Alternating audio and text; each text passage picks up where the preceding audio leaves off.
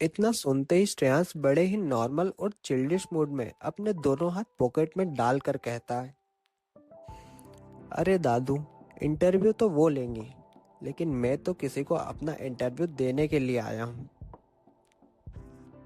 उसकी बात सुनते ही सुरेंद्र जी हल्की सी हंसी नहीं रोक पाते। ऑफिस के सीरियस एटमॉस्फेयर के बीच दोनों की ये मस्ती भरी बातें एक अलग ही वार्म क्रिएट कर रही हैं। सुरेंद्र जी भी उसकी मस्ती में साथ देते हुए कहते हैं, सिर्फ अपना इंटरव्यू ही मत देते रहना, अपने बड़े भाई का भी कहीं दे देना, नहीं तो वो बस मीटिंग्स और डील साइन करता ही रह जाएगा। श्रेयांश तुरंत हंसी के साथ जवाब देता है,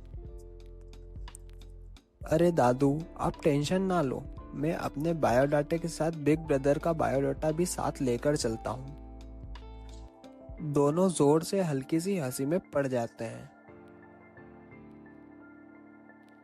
फिर सुरेंद्र जी प्यार से उसके कंधे पर हल्का सा धक्का लगाते हुए कहते हैं, अरे जल्दी जा अब, नहीं तो सारे बायोडाटा रखे के रखे रह जाएंगे और तेरी बड़ी माँ सारे इंटरव्यू खत्म भी कर देगी। श्रेयांश अपने हमेशा वाले बिंदास अंदाज में पीछे मुड़ते हुए कहता है, अरे हाँ, मैं आता हूँ। और इतना कहकर वो हंसते हुए कॉरिडोर से आगे बढ़ जाता है। सुरेंद्र जी बस वहीं खड़े उसे जाते हुए देखते रहते हैं। उनके चेहरे पर एक सुकून भरी मुस्कान थी, क्योंकि श्रेयांश की वही बचकानी बातें और हंसी मजाक पूरे घर और ऑफिस में एक अलग ही रौनक भर देती थी। उधर अंतरा अपने केबिन में हाथ में फाइल लिए खड़ी थी। केबिन का एनवायरनमेंट बिल्कुल प्रोफेशनल था। टेबल पर नीटली अरेंज डॉक्यूमेंट्स, साइड में लैपटॉप ओपन था और सामने इंटरव्यू कैंडिडेट्स की फाइल्स रखी हुई थी। लेकिन उन सब के बीच अंतरा के चेहरे पर हल्की सी चिंता साफ नजर आ रही थी। जैसे ही केबिन का डोर ओपन होता है और श्रेयांश अंदर आता है, अंतरा तुरंत उसकी तरफ देखकर थोड़े चिंता भरे लहजे में कहती है, हे भगवान श्रेयांश, तुम अब आ रहे हो? मैं कब से तुम्हारा वेट कर रही हूँ।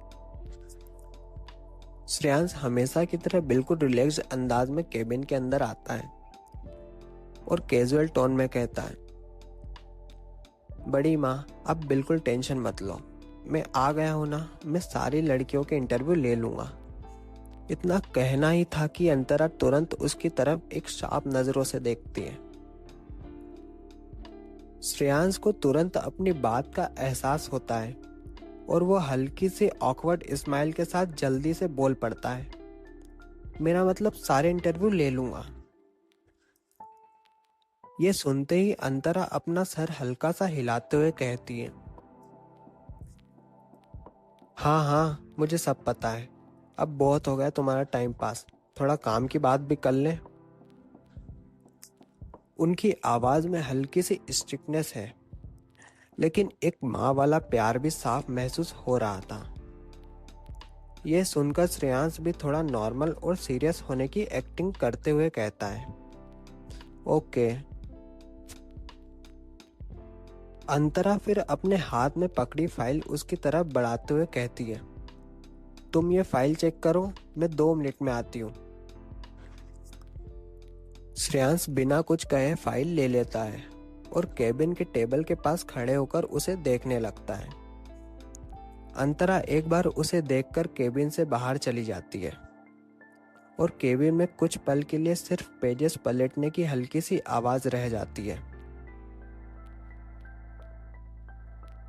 अब श्रेयांश ने फाइल चेक करके केबिन की टेबल पर फाइल रखी ही थी कि अंतरा हाथ में फाइल लेकर केबिन में एंटर होती है।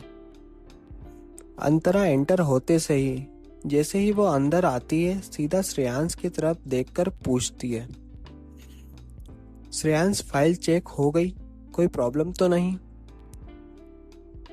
श्रेयांश शांत आवाज में कहता है, छोटे मोटे इश्यूज थे, लेकिन मैंने सब रिजॉल्व कर दिए हैं, अब सब परफेक्टली रेडी है। यह सुनकर अंतरा हल्की सी स्माइल करती है और संतुष्टि भरे अंदाज में सर हिलाती है। फिर वो केबिन के बाहर लगे ग्लास पैनल की तरफ देखते हुए कहती है, ओके, अब इंटरव्यू का समय हो गया है। हमें इंटरव्यूअर्स को इन्फॉर्म कर देना चाहिए। श्रेयांश तुरंत प्रोफेशनल टोन में बोलता है, हाँ, मैं अभी प्यून को इन्फॉर्म कर देता हूँ।